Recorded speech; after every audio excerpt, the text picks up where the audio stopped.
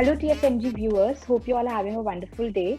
The Fashion Media Group is India's first and only business platform delivering news pertaining to the Indian fashion industry. As part of a Women's Day campaign, hashtag Women in Power, we wanted to voice out the opinions of female entrepreneurs who have changed the course of Indian fashion industry. On that note, I would love to invite Shubhika Sharma, CEO and co-founder of Papa Don't Preach. A very warm welcome, Shubhika. Thank you for joining us today. Shubhika, let's begin by talking a bit about the core essence of your brand and how did it win the hearts of all the Indians out there? So, it's a question that I'm asked. A lot of fashion students ask me, or even people who've started their brands and are running very young brands. They ask me, how do we become successful? And I think essentially what they're asking is not just success, but they're also asking, how do we become famous? So they both are really two separate things. When I started off, I think that largely, if I may call us successful, is because we had something unique to say. As cliched as that may sound, we live in a country where your competitor is not just a contemporary fashion designer or a label or a brand, but it's also your next door neighbor who probably makes your garments at home, probably picks up fabric and takes it to a tailor and gets it made for you on order. Or even your local tailor is competition to you, because we just have access to that kind of skilled artisans very easily.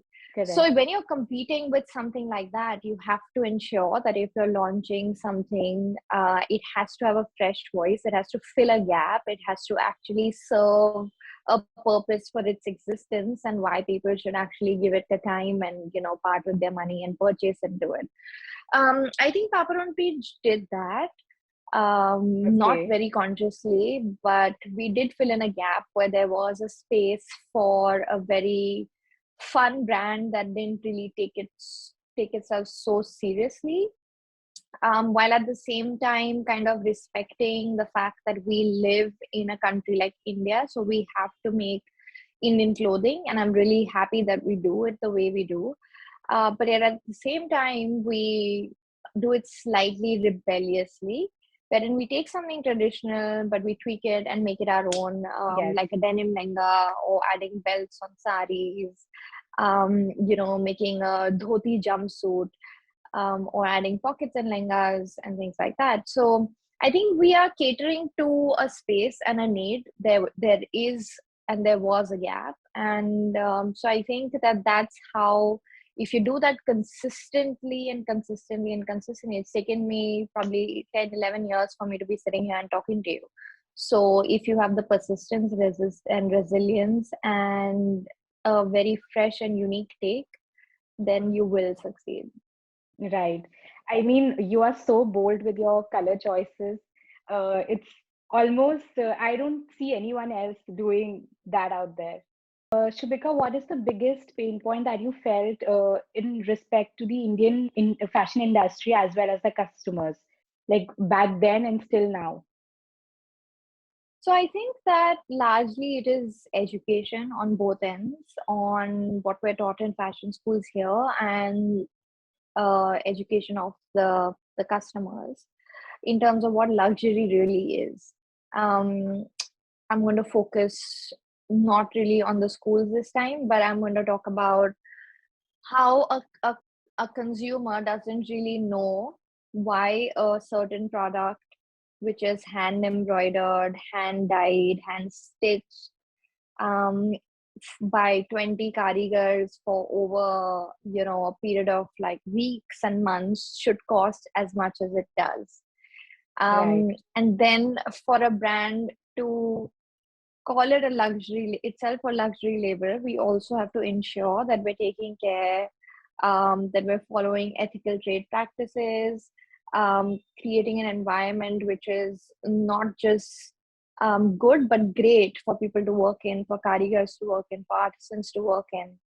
When you do support and sustain that kind of an environment is when you're entitled to be called a luxury label, because it's on both ends. It's the kind of effort and thought that you're putting into Right. what you're making and as well as what you're selling. And I don't think that India has kind of appreciated or understood that aspect yet.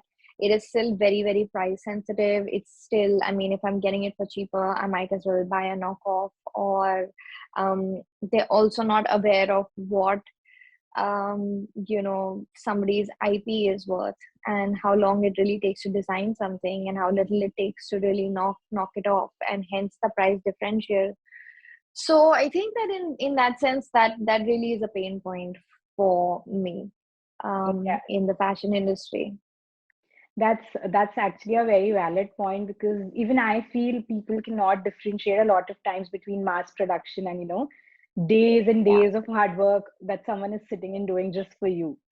So yeah, a lot of absolutely. people don't factor that cost in.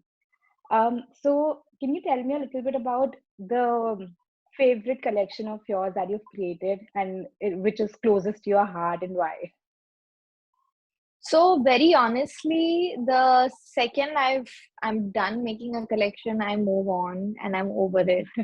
I Okay. don't really have any favorites. I'm already on to the next. And if I think about, or if I look back at my work and I'm like, oh, did I really make that, or did we really do that? Because it comes as a surprise, and I'm like, wow, that was really amazing. I have to kind of go back and refresh my memory because the brain has already moved on to the next. Next, yeah. Um, so I don't really hold any collection really close to my heart, but I do feel that if there is one that really was a step up from where we were, was Frozen, that we presented at Lakme Fashion Week. Okay. I was in the hospital just 1 week before we actually put the show out, and the way we did it and how it looked, and we actually sent snows encased in a globe, and Yes, models yes. actually walked wearing those.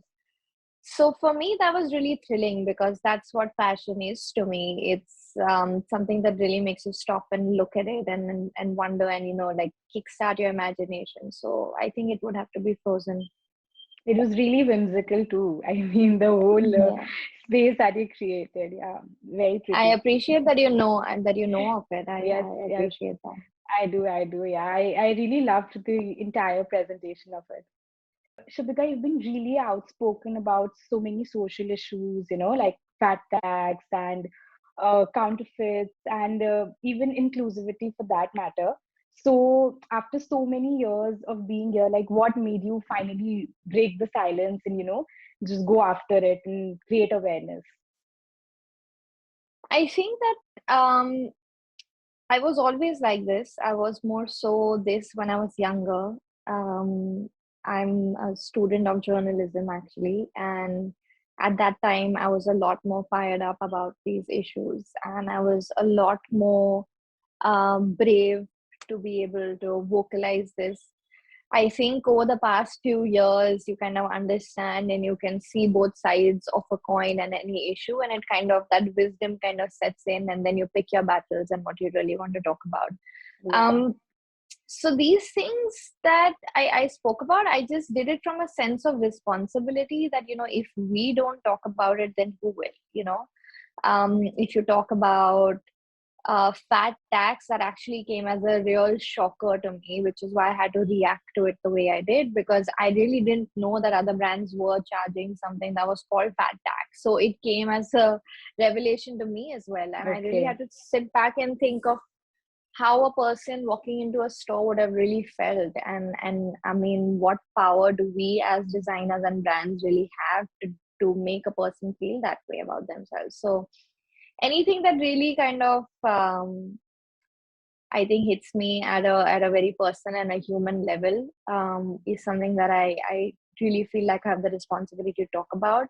And I've been blessed with a really strong team, Okay. and they equally are as passionate about us not really standing up for something, but at least starting conversations about things. I don't feel like me having spoken about any of these issues has actually brought about a change in the industry. This industry is just so big and at so many different levels. As I mentioned at the beginning, that it's difficult to kind of bring about Yeah. any real change, but it starts a conversation. And the second thing that it does is it allows younger brands who are actually doing things differently now. They're the ones who are actually, setting in systems so that the newer breed of designers after them are a lot more conscientious about these things. At least they know that they can talk about it. They know that Yeah. there is a platform, there is a way to talk about it, there's a way to engage, there's somebody else they can kind of reach out to and connect to it. So I think that that's the role this really plays. It doesn't really bring about any real change. It just starts conversations, and over time, I believe that things stack up and add up, and then a change kind of follows. Okay.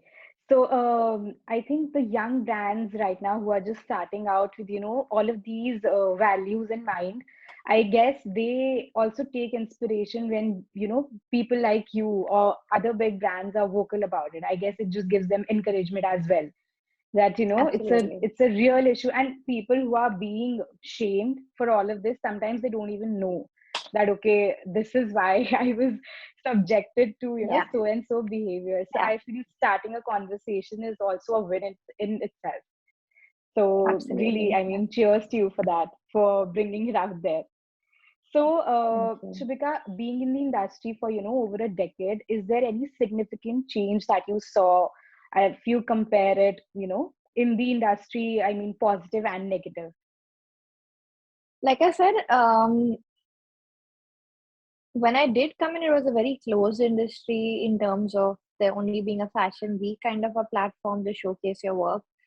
Luckily, when I started my brand, Instagram was kind of just kicking in, and Okay. I actually um, owe a lot to Instagram, to social media, to all these platforms for giving us, for us being able to take the power back that was in the hands of just say a couple of fashion weeks, stores, stockists, and things like that. So in this way, we took the power back, and we could tell our story in our own words, in our own ways. Right.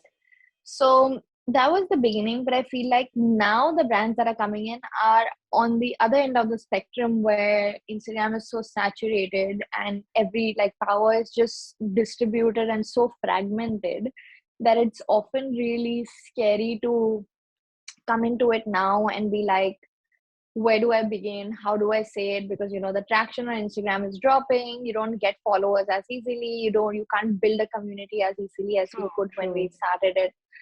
So I think that this is a very interesting space to see how it works. Probably metaverse, probably, but I mean that's a couple of years ahead. But I do feel the brands coming in now have a lot more global perspective on what fashion is. Initially, it was just very, contained to India, Indian designers. Now we're no longer Indian fashion designers, which is designer labels, designer brands, and our thinking also has evolved to a more a global perspective on when you talk about values, when you talk about how important it is for a brand to actually stand for more than just making pretty clothes, and Right. the sense of responsibility towards the people who work with us. Right, So right. that's beautiful in the younger brands to see, and I think that's a great change that's come in the industry. Overall, I think the society and, brands, everyone is kind of evolving together, the consumers Yeah, and the makers, in a way. Yeah. always. Yeah, Yeah. yeah. Okay, so Shubhika, 12 years back or 11 years back, when you started, there weren't as many female entrepreneurs as there are today. So did you ever feel the lack of support or the lack of, strong idols or leaders to look up to at that time when you were starting out in the industry? So luckily for me, I've grown up with, I'm one of three sisters. My mom, my aunt have been such strong women figures that I didn't really find a lack of an idol. I think the philosophy is very simple. It is that whatever you do, do it really, really well. And that has been ingrained in us. While growing up, my mom used to say that I don't want anybody to look at you and say, oh, she doesn't know how to do this. So she ensured that we knew how to drive when she didn't. She knew how, started with us knowing how to cycle when she didn't know, go for swimming, go and, like, you want to do sports, you want to do dancing. So she wasn't a pushy mom. She didn't push into like multiple classes, but it was just, you need to know cooking, you need to know how to work. I mean, get up and go to work, get up and go to college. But not as a helicopter parent. It was very like, Right, what do right. you feel like doing? So I've grown up around these women. My aunt also runs a beautiful enterprising school, and I think she's transformed education the way it is. Okay. So, and I was always encouraged by my dad as well. So even while growing up in our summer holidays, we were either teaching at summer camps at the school, or we were starting our own little businesses where I would start a library with our old books and things like that. So Okay. I've never felt a lack of it, to be honest, because I've never had to look outside of it. Now at this age, I can look back and see that there weren't really too many women. Um, but personally, I didn't really feel a lack of it. And I Okay. feel like if we keep our eyes open, then there is no lack of inspiring women, especially Yeah. in India, because of all the roles that we've had to play or our moms have had to play in living in India are nothing short of, I think, inspirational. Like every woman's life in India is worthy of like a 100-page novel. True, true that. So if we keep our eyes open, there is Excuse me. there is a lot of inspiration. But yes, I mean, the industries or haven't really supported women enough. There haven't been enough opportunities is a fact. We've had to fight for it is a fact. So you can't, of course, deny those facts. That's great to hear. I mean, because I was just sitting and contemplating, like right now I've spoke to other, new brands, upcoming brands, and they're like, now we have a lot of support, and there's a whole community out there of women entrepreneurs who can lend you a helping hand just at a call. But then I imagine what would it have been like for you so many years back, because there wasn't, that support system present inside the industry. So I'm glad you Yeah. got it somewhere. So, Shubhika, what is your mantra for success, and what is the message that you wanna, put out there for all the young and aspiring entrepreneurs, female entrepreneurs? So I want to tell you, don't take yourself too seriously and don't let others treat you as a joke. So I think it's a fine balance. Yeah, If I had taken myself too seriously, then I would have kind of probably at my 5-year mark of me having launched my label, seeing my P&L and seeing that I was in the red and nowhere close to making a profit. If I'd taken myself too seriously back then, I probably would have shut down the brand and said, realistically, I should go find something else to do. Or each time we launch our collections, especially at Papa Don't Preach, because the stuff is just so colorful and there's so much going on out there, it's not easy for people to find it beautiful. You can't fence it with Papa Don't Preach. You either love it or you hate it, right? okay. So, if I had taken myself too seriously, I would not have been able to take the criticism, people finding it too much, people finding it just like too in your face. I would have changed the aesthetic. I would have said, oh my God, if I want to survive in this industry, I need to tone it down. I need to go into like neutrals, like tone on tone. Bridal lehengas are supposed to be either red, green, gold, silver. Basics. So yeah, so I think Mm. even internally as a team, we know how to laugh at our mistakes. We know how to laugh at criticism. We know how to, take it with a pinch of salt and like move on to the next thing. And at the same time, we don't really let people walk over us ever, which is why when if there is an issue, we talk about it, we put it out there. And also we learn from the community a lot.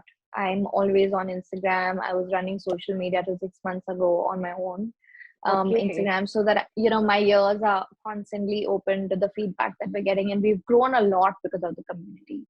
So I think the message would be to not take yourself too seriously. Fashion is something that's just so beautiful and powerful. Um, and it really wants you to have fun with it. It wants you to take people into some beautiful world. It's an escape. And I think we shouldn't forget that responsibility while also being responsible towards, um, while being a humanistic brand, organization, and a company. So where it's a fine balance between the two. That's That was wonderful a to long hear. message. No worries. So, thank you for joining us, Shubhika. It was really lovely chatting with you today. You as well. I was saying thank you for having me, and it was a lovely chat. Same here, same here.